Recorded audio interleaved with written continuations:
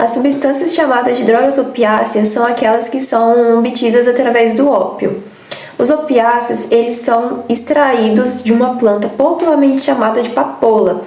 Ela é nativa do Mediterrâneo Oriental. E quando ela é cortada, ela produz um líquido que ele é leitoso e branco. E quando seco, ele é chamado de ópio.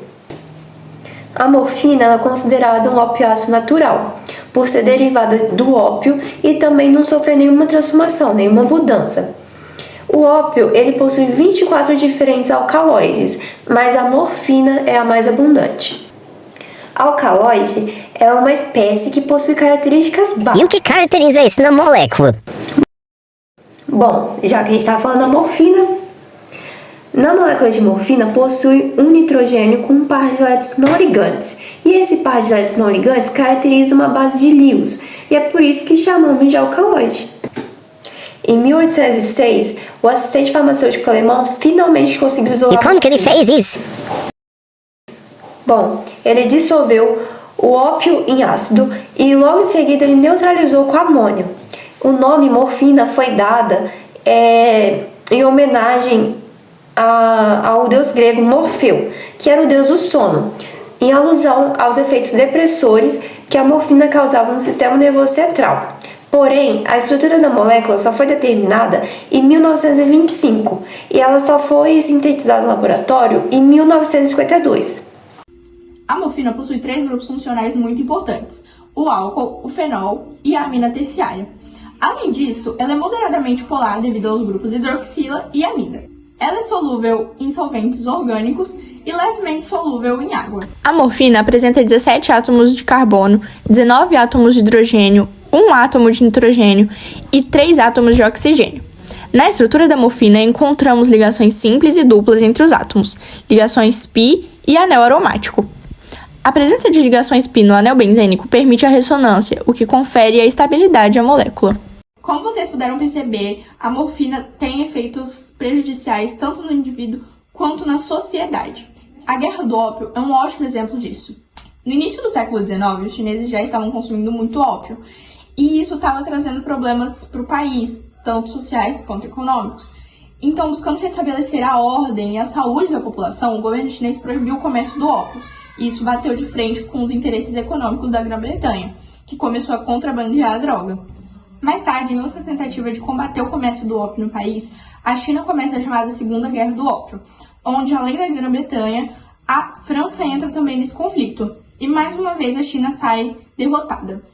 Como consequência dessa Segunda Guerra, a China abre mais portos e a comercialização do ópio é legalizada.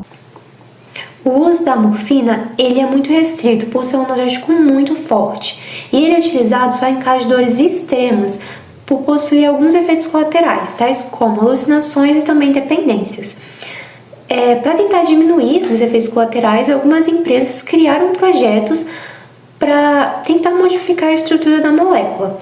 Um desses projetos é criar a codeína, que é a substituição do hidrogênio na morfina pelo grupo CH3. A codeína também é um analgésico, mas possui efeitos colaterais bem mais fracos do que o da morfina. Em consequência disso, também é um analgésico muito mais fraco. E existem alguns casos também que a codeína não é tão eficiente quanto a morfina. A diacetilmorfina é um projeto que tem um processo bem parecido com o da aspirina e também que deu muito certo. Em um laboratório, eles pegaram o ácido salicílico e colocaram o cloreto de ácido para reagir com alguma fonte de um grupo acetil e acetilaram o ácido salicílico, transformando em ácido acetil salicílico, que é conhecido como a aspirina. Então, tentaram fazer o mesmo com a morfina e acetilaram ela.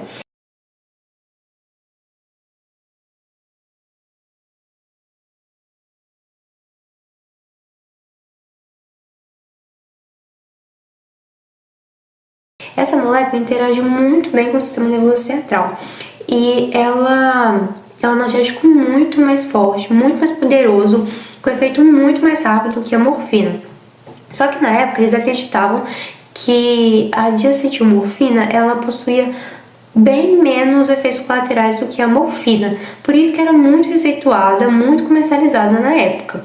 Ela foi chamada de heroína porque ela meio que curava qualquer tipo de doença, qualquer tipo de dor, e é por isso que era muito comercializada. Também por ter poucos efeitos colaterais. Só que hoje em dia nós sabemos que a heroína é uma droga e a venda dela é proibida, mas na época ela foi produzida em prol de diminuir os efeitos colaterais que a morfina trazia.